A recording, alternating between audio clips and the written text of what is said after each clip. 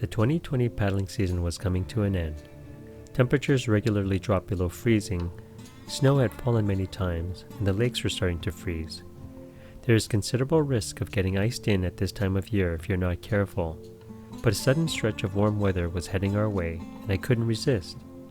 I decided to get out for one more trip, when an outfitter friend invited me to come visit and share a canoe route in his area.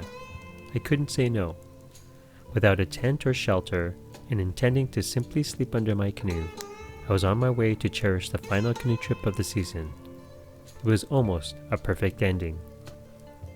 Here's part 2.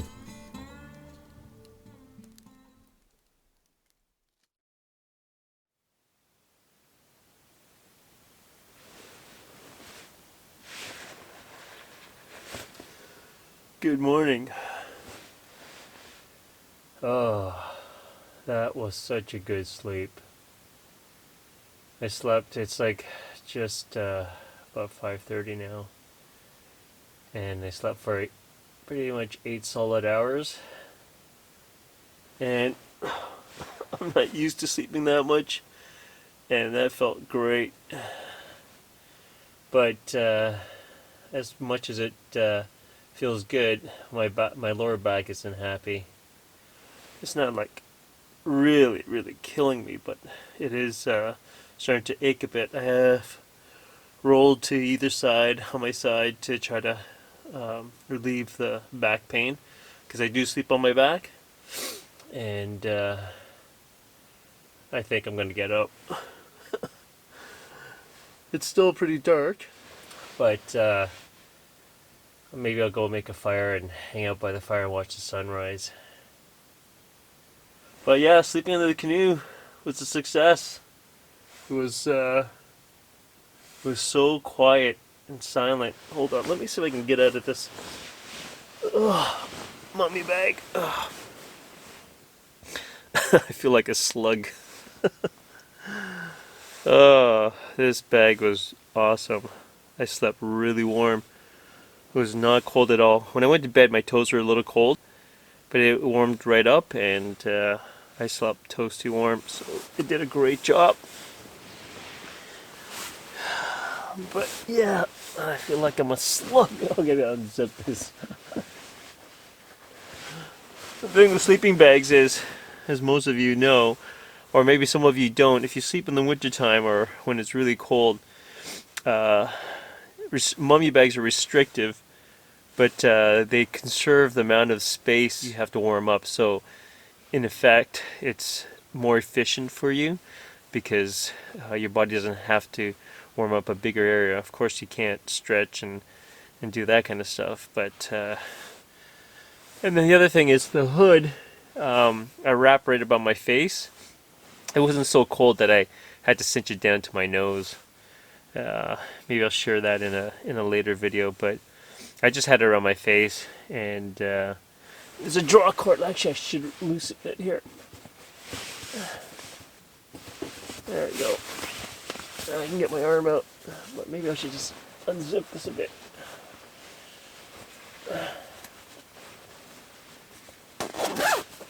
There we go.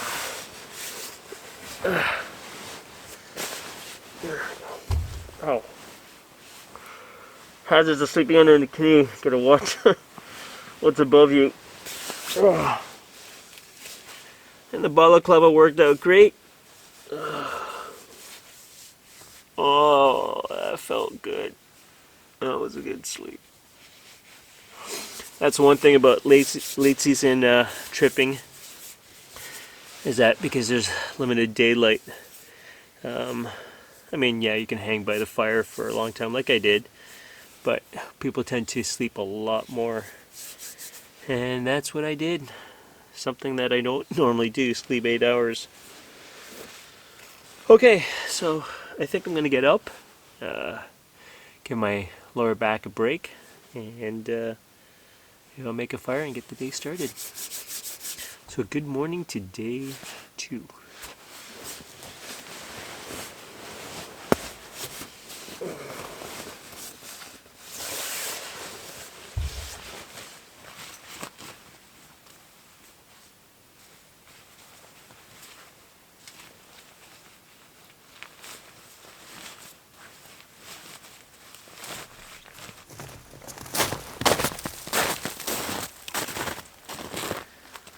Just trying to gather some of the really fine stuff to start the fire. Like I said, there wasn't any birch bark, so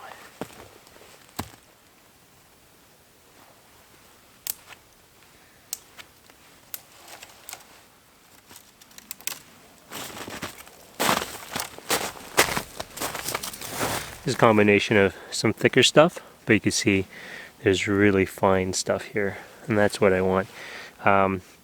Usually the finer the better, especially if it's wet. It'll take to a flame easy too, but now it's pretty much bone dry, so I can even get some of the thicker stuff. I'm trying out a new saw.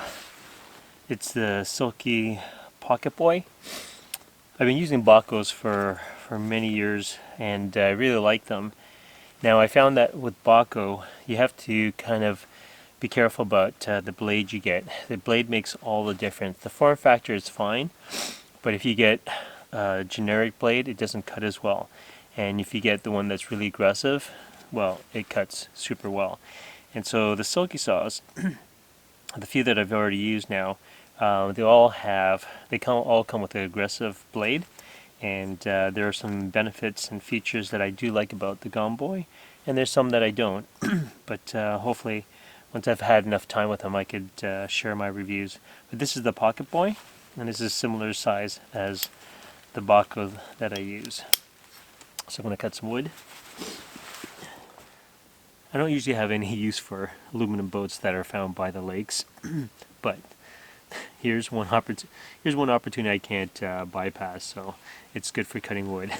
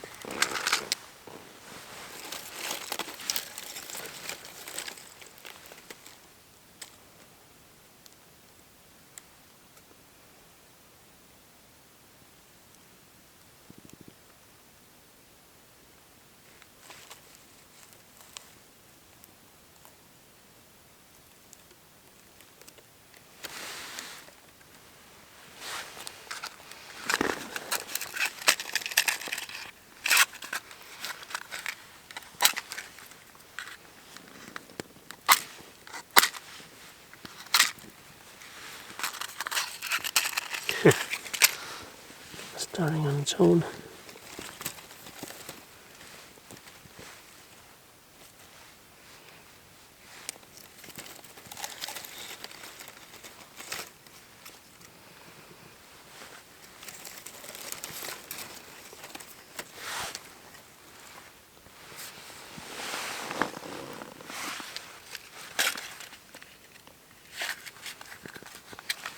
Yeah, there you go. Yeah, I just needed one match.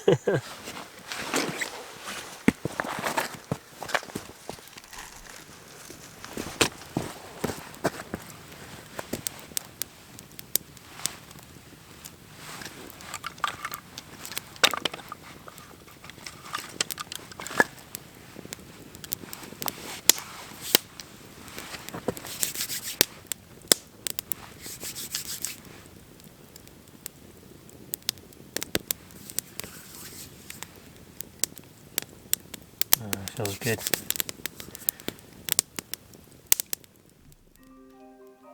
As I warmed myself by the fire, I sat quietly and watched as the darkness faded.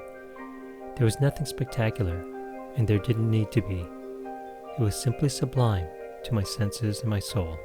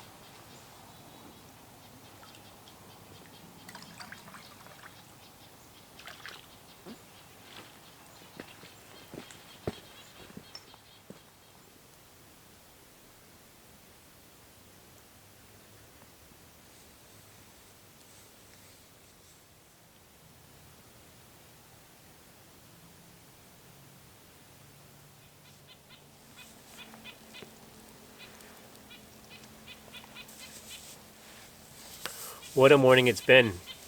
I've been totally enjoying and taking my time to enjoy this morning.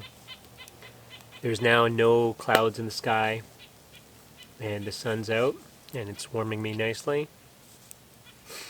And what a treat it is at the end of November to have a lake to yourself, and just a beautiful place to just kind of take it all in. This is truly a little gift that I lucked out on. Love it. Love it.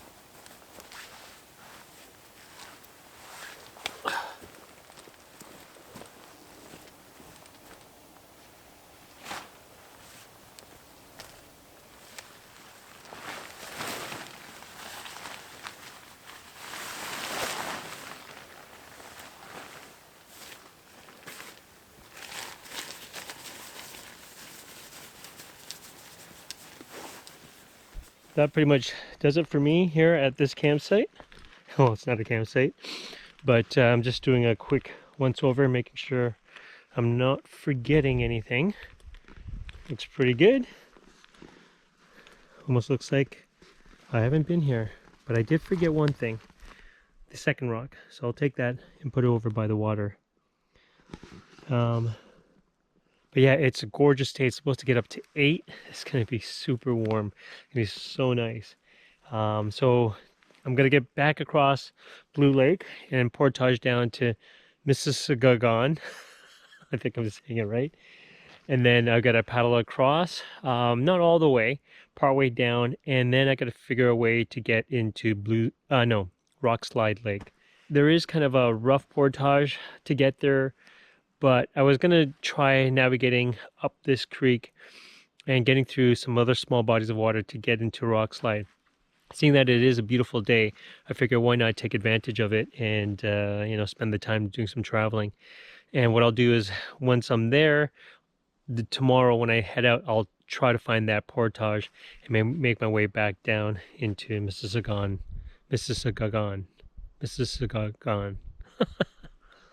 Whew, what a tongue twister. Okay, so let me get that rock out of the way, back to the spot, and then let's get going.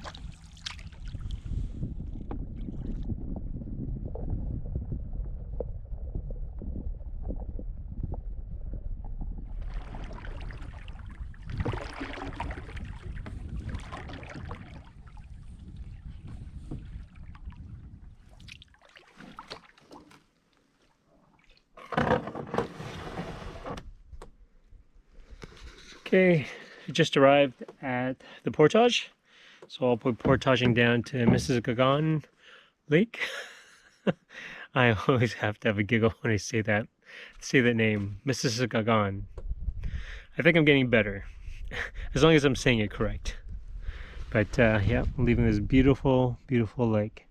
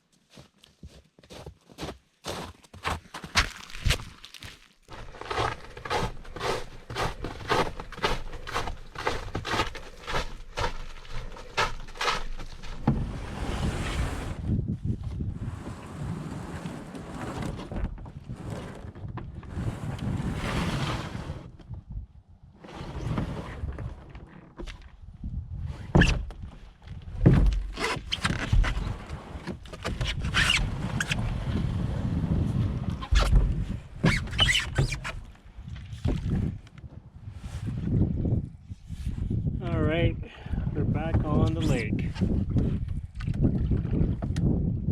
A little bit of a headwind. Westerlies are normal. Hopefully it doesn't kick up too much, but this should be okay. But man, what a beautiful day. Beautiful, beautiful day. And this water is so clear. Makes me wonder if this whole lake is spring fed. Beautiful.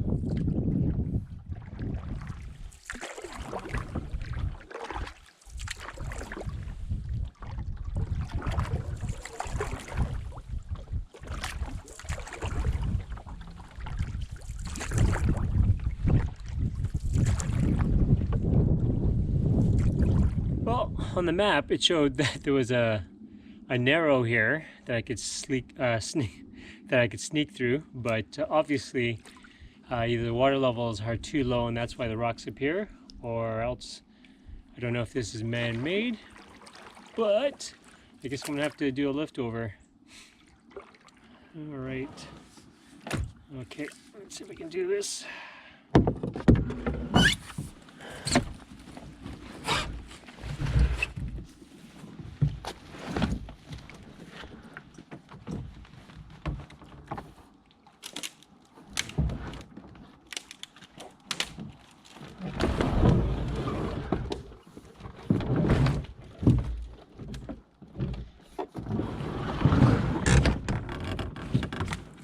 To keep my feet dry.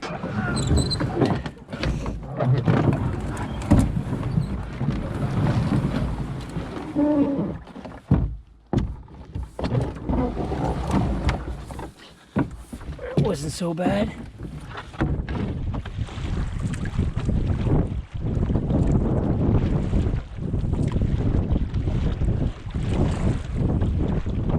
Okay, so I just swung back into the access point. I dropped off a bunch of stuff to the vehicle that I didn't need, and I picked up one other thing that I forgot, and now I'm heading over to the opposite shore. It's about a kilometer paddle, and I'm gonna find the outlet of a creek, and then I'm gonna start making my way up towards Rockslide Lake.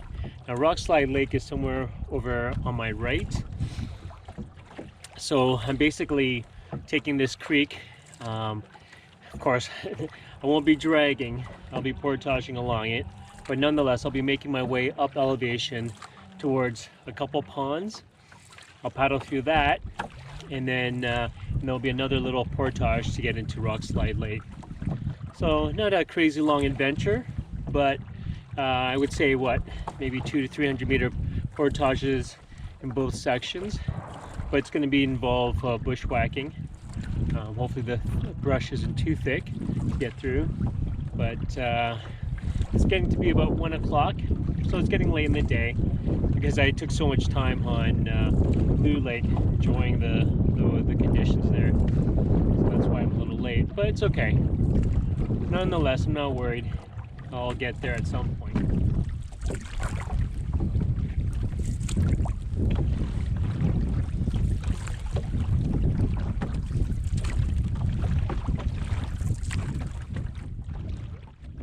Just came around the corner, and it looks like this is the creek that flows into Mississauga from the pond. I'll probably just go in over there and then walk in and see what kind of terrain that I'm dealing with. Now I know I'm going up the creek, and of course I won't be dragging or anything, like I said. I'll just be portaging, but I'll have to see what kind of terrain I'm dealing with, because I just re-looked at the map and I looked at the scale. I mistook the scale, and what I thought was probably about 300-400 meters the most, it might be actually now a kilometer. So if it's really difficult terrain, I might have to change my plans because it is late in the day.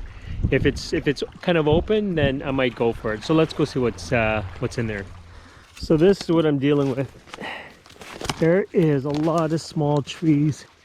It's pretty dense in here. This is gonna pose a problem for me to get through. I thought it was gonna be open like the other side when I got to Blue Lake, but it's nothing like it. It is pretty dense in here. And there's the creek. Pretty little creek. Oh.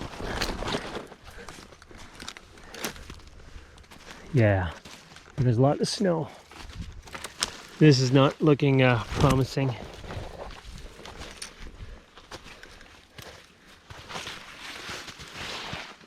Oh yeah, look at it. Yeah, be quite the fiasco trying to get through here, especially with the limited daylight. I don't think it'd be wise, and there's a lot of snow. Okay, and there's the creek. All right, well, I think my decision is made. It's just not wise at this time of year. I would be soaked, and I'd probably run out of daylight trying to get through this mess. But at this point in time, I think what I'm going to do as an alternative, there is, like I said, portage to Rockslide. It starts out okay, and he says then it gets a little fuzzy. So I might have to tackle that one instead, just to be on the safe side, because this would be way worse. Yeah, I couldn't even get through here with a canoe. As you can see, this branch is grabbing at me everywhere. All right. Okay, so then I'm going to get back to the canoe. I'm going to paddle back down this way, down Misadventures. Getting better. And I got to find the portage into Rockslide Lake, and then hopefully the portage to that lake will be okay. Well, that's a little disappointing, but I suspected it might be like this. I was hoping it wasn't, but it is what it is.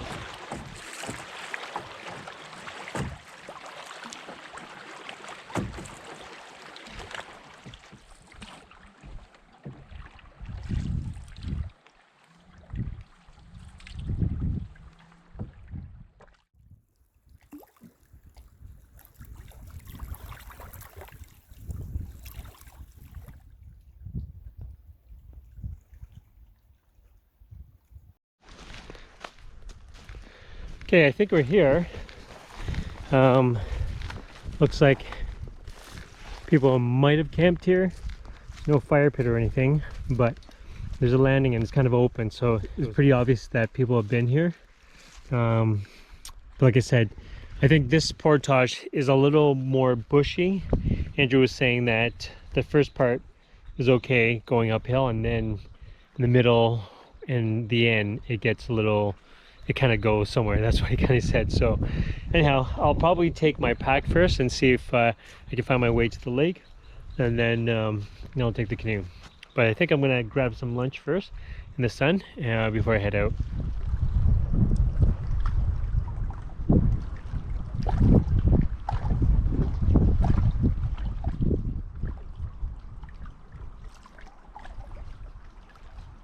Okay, I've started the trail. You can see the lake over there, and I came through. It might be hard to see the trail, but I was able to make it out. But I've come upon an ATV trail, and my assumption is that it probably goes along the ATV trail. So I'll continue up it, because I don't really see anything here that indicates there's a trail that goes this way. There seems to be quite a network. Here, look at this network of ATV trails.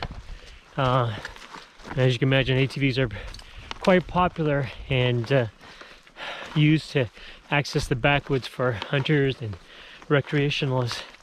So it's not always the most direct way from one point to the other, because of course they can take their ATVs to pretty rugged stuff, but not probably the same things that a guy portaging a canoe can. So anyhow, I'm going to continue this way and see if it eventually gets to some trail. I don't know. I've got my watch that's tracking me, so ultimately I can use it to get to the lake. But let's see.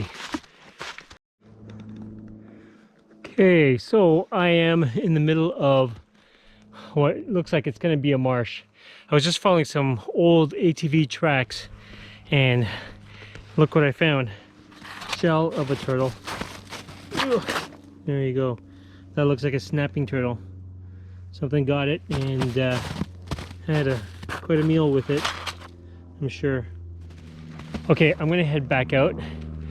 When I came up that ATV road, it came to a junction. There was another major road that crossed, and then I saw a flagging tape. That's why I went down this way, but it doesn't look like this would be the way to go. Now I know the lake is straight over this way.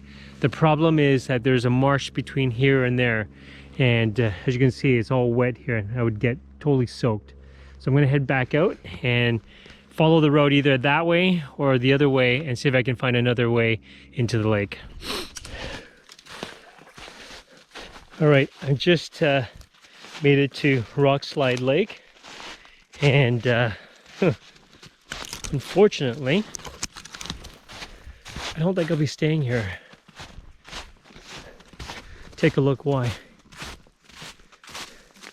It's frozen. Yup. It's pretty much frozen all the way across. Oh yeah. Pretty much all the way. There's like an open spot right in the middle. But nonetheless, I mean, it's pointless. I mean, why should I bother bringing my canoe here when I can't even paddle? Here. Oh. Yeah. Not happening. Well, that makes up my decision. So I would camp here. I like this scene, and it is kind of unique. I mean, I can easily get water from here. The problem is my pack with the sleeping bag and all that stuff is at the lake. And is it worth me going just for that pack and coming all the way back here? I don't think so. I'm kind of glad I got here because I got to see this lake, and it's still beautiful being frozen, but this is the risk that you take when you canoe trip in November. I haven't had many experiences with ice, and you know, if you think about it, mind you, tomorrow is not going to be freezing temps anyhow, but if I had gotten out, there are times that if you had gotten out and camped, it could freeze overnight, and then this is what you could be dealing with trying to get out. So it is very risky, but it's a good thing that I found it like this. So I will head back, and unfortunately I'll have to come back and visit Rockslide Lake another time.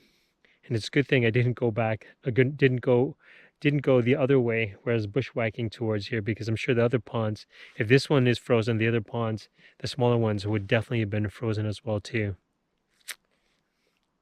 So unfortunately I'm going to have to head back, and I'll just find a campsite on Mississauga Lake. There are some campsites there that Andrew pointed out, and I think there's one not too far from here.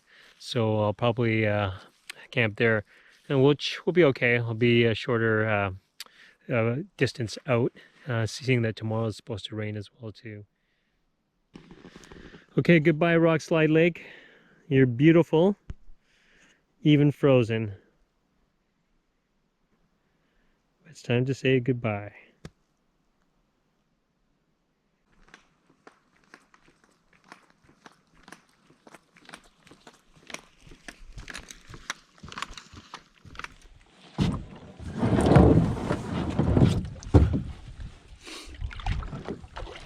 Okay, so I'm headed back.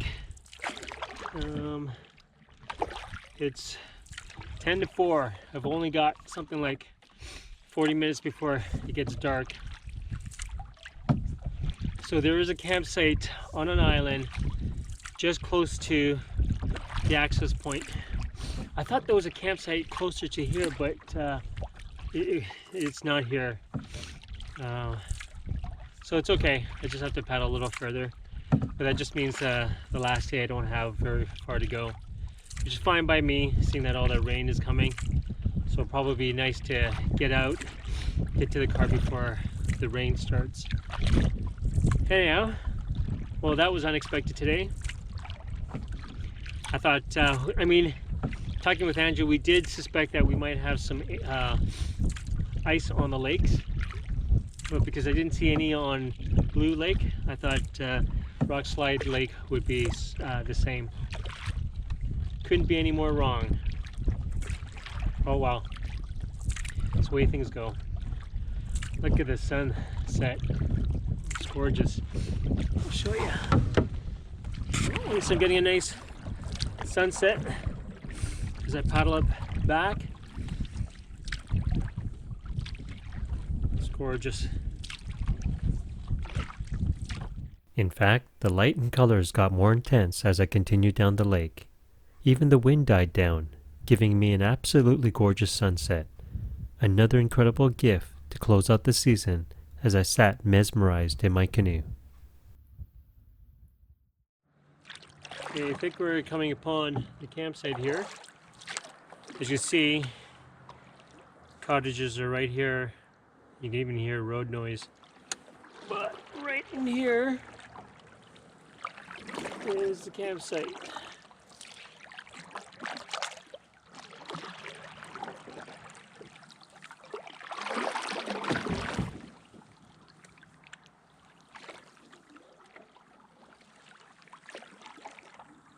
There we go. Check out the campsite. So here's the campsite. It's well used, but there's a big fire pit. It's actually really clean. There's a bunch of firewood. As you can see, it's pretty open here. And there's no snow, which is good. Okay, the battery died, sorry about that, but I was just saying that there's a lot of flat spots in between these cedars. But even more interesting is that there's actually a thunderbox too, a well-made thunderbox. But check this out.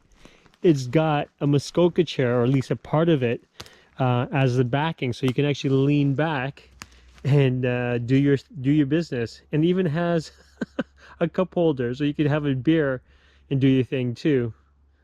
I don't know, that might have just settled it for me, because I was contemplating leaving, because the car is literally 10-minute paddle, not even, just on the other side. And I know rain and possibly snow's coming tomorrow.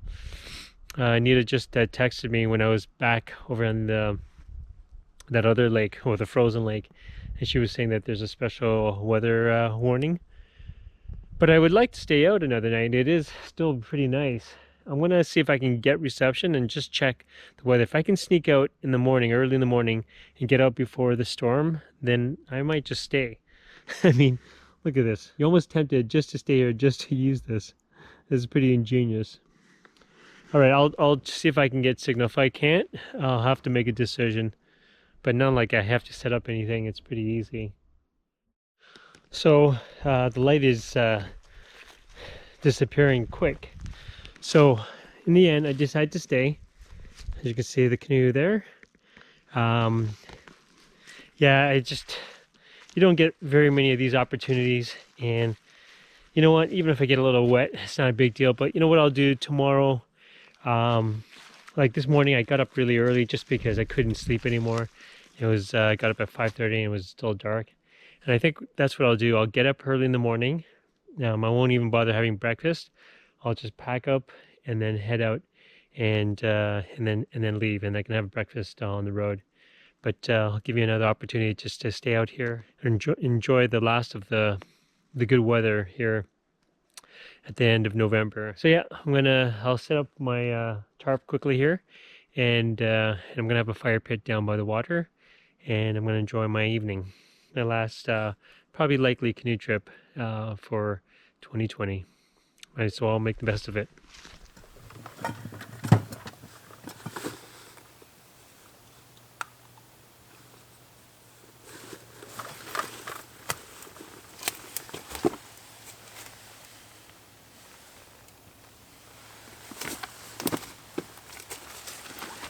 Probably gonna have to move the canoe up, prop it up a bit, be a little tight to sleep underneath, and this I'm gonna have to move as well too. It's getting in the way of my sleeping, so I might have to put it up here. There we go.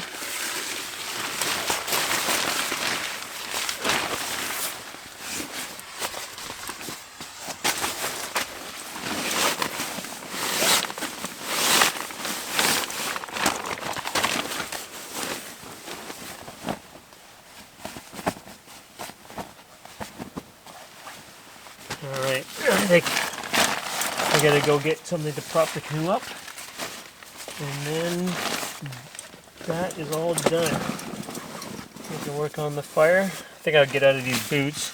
My feet are damp, but otherwise not too bad. But it'd be nice to get into some dry footwear. And that's pretty much it. Alright, I just took off my sock and my wet boot. You know, this is a sign of the times for me. You know, I've tripped in November, December many times, and I've always worn rubber boots, knowing that it's going to be wet, it's going to be cold. The only downside to rubber boots, of course, is it doesn't breathe, but your feet stays dry and pretty warm. Well, for some reason, I decided to wear just my hiking boots. Granted, they are waterproof, but not anymore. They're actually new. I started using them at the beginning of this year, but I trashed them. I put them through hell and back already, and of course, not staying waterproof anymore. So anyhow, why did I not wear rubber boots? I mean, I did bring rubber boots for camp. That is always something I bring because I know it's going to be wet. So why didn't I do it when I know I'm going to be on the trail? I don't know. I thought it was going to be drier. Oh well. It's taken my part, but it's a sign of the times. I'm aging and I'm forgetting things. And that's true. I've been forgetting things, like never forget. And I don't know if it's got too much on my mind, but it's not a good thing.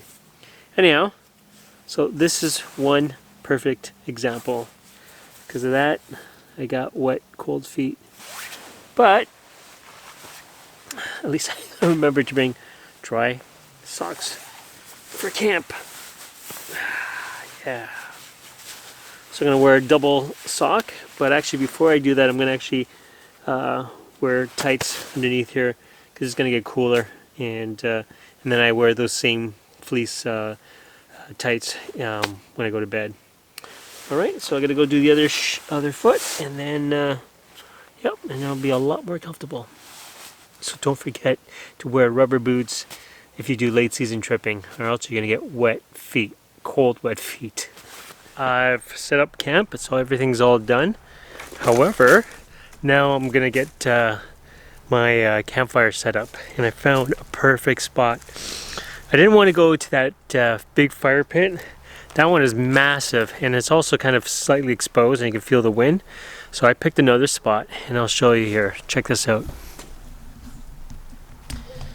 So the lake is out there. You might not be able to see even with this light, but it's just beyond these trees here. Here, I don't know if there we go. That light helps. You see my socks, but there's water is beyond there. So it's not that much further past the tree there. But tucked in this little cove where my seat is, it's all sandy down there and rocks. And this is where actually the lake would, if it was at the normal level, this would all be water right here. So I'm tucked in a nice little cove, and I've got, let me just see here, put my headlamp a little brighter so you can see. There you go. Ha! This is what happens when you have 2,000 lumens. So I am going to make the fire right in front of the chair on the sandy base. Actually, now that I got the light on really bright, if you look past there, you can see the water is right about there, so I can easily get water while I'm cooking. So yep, I'm tucked in nicely here under these cedars, so it's nice and protected. There's no wind, and it's going to be a perfect spot. No worry about the fire spreading.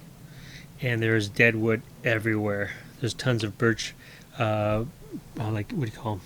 Over here, there's a birch tree down. There's lots of wood I can gather just from the ground.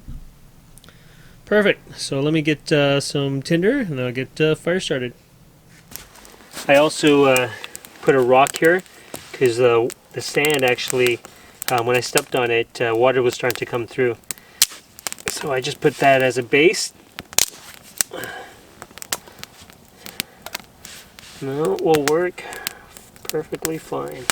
Alright, we'll just build that up. We should have a nice fire.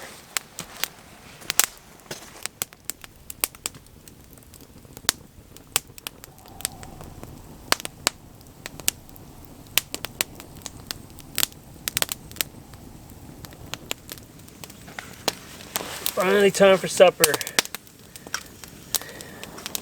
It's the second half of the spaghetti. So nothing fancy to show you. Same old, same old.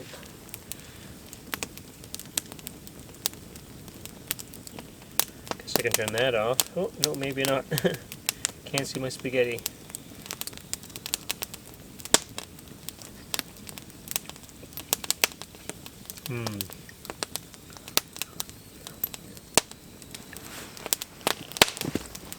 There you go. So that's a big meal. But if it's spaghetti, that's how I like it.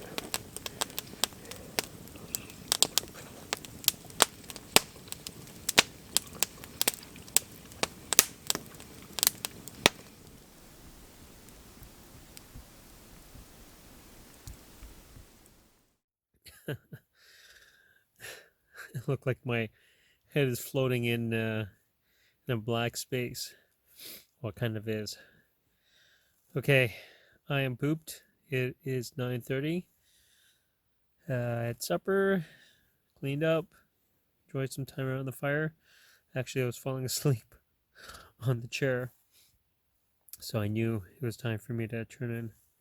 Anyhow, it's a lot warmer tonight. Certainly not as cold.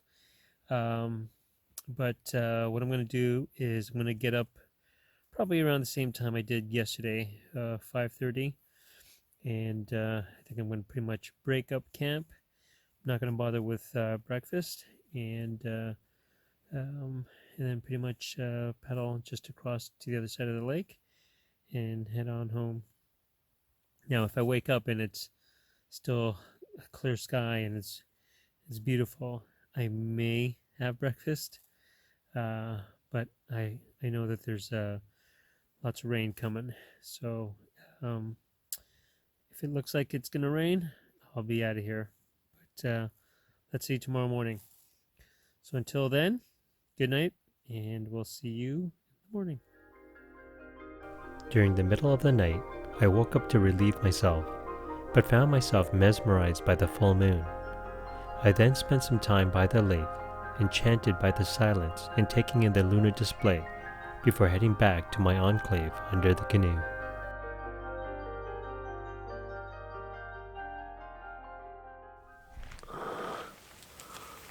Okay, good morning. Oh, well, my plan didn't really work out. It's not raining, but I just looked at the watch. It's actually almost 7 o'clock. I think I totally got messed up. I woke up at 2:30 because I thought it was 5:30, and I ended up, after taking a pee, ended up taking some pictures because it was beautiful with the moon out. And then I went back to bed, and I actually had a hard time sleeping. I was just like tossing and turning, and I didn't even know if I was sleeping, and I didn't think I was, and it looked like it was a little brighter, so I decided to check my watch, and it's almost 7, which isn't a problem. Oh, it's not raining, so that's the main thing. But I'll just get packing now and paddle across the lake. So let's finish up this trip, and hopefully we can get to the car driving before the storm hits. Otherwise, it looks okay. I mean, the sky, it's still pretty dark, but the sky looks, well, whatever. It looks okay. Anyhow, my ventures of sleeping under the canoe, as you can see right here, is over, and possibly the last trip of the year. But it was still a lot of fun, and I enjoyed being out here. One lake worked, and the other didn't, and that's just the way it goes. You throw the dice, and sometimes it works, and sometimes it doesn't. Okay, so let's get packed.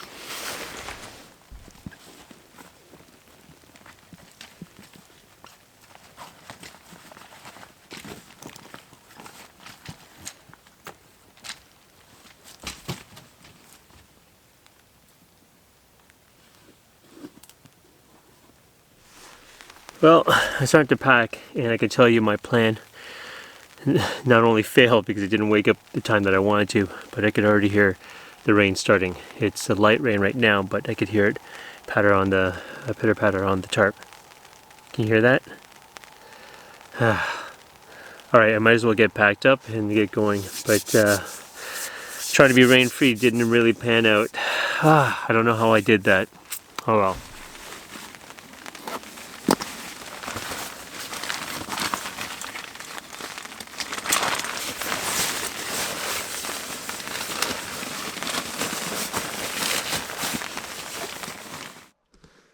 Okay, I just got some of the stuff packed away. I'm just going to take the tarp. That's the last thing in the canoe. But the rain has stopped. But I notice there's a little bit of snow. It's just some small little white flakes coming down. But I think that stopped as well too. Oh, no, I just saw one. So let's get this done before the torrent comes down.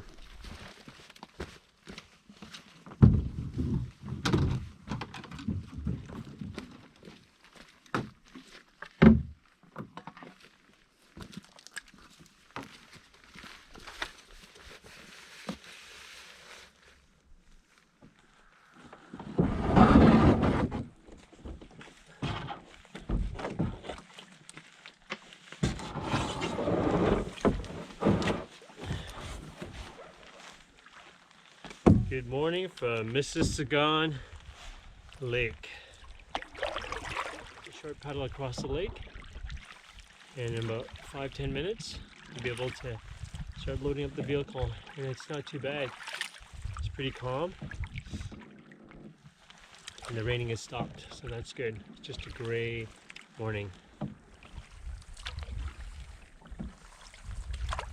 So I am glad that I stayed last night, even though I didn't wake up at my planned 5:30 a.m. wake up. And as long as I can get to the car and pack up before the downpour, I'll be happy. Well guys, this could very well be the last canoe trip of 2020. It's been a weird year with the pandemic, getting to a very, very late start, but I was still able to get, I don't know how many, but a good number of trips in. At the end of the canoeing season, at the end of November, is pretty good, because some years you can't even get this far. It was a good year, and thank you all for following along, and yeah, lots more to store in 2021. So let's end this canoe season on a blast, dry, and safe back home. All right, guys, stay tuned for more adventures, especially in the winter, and until next time, TPP out.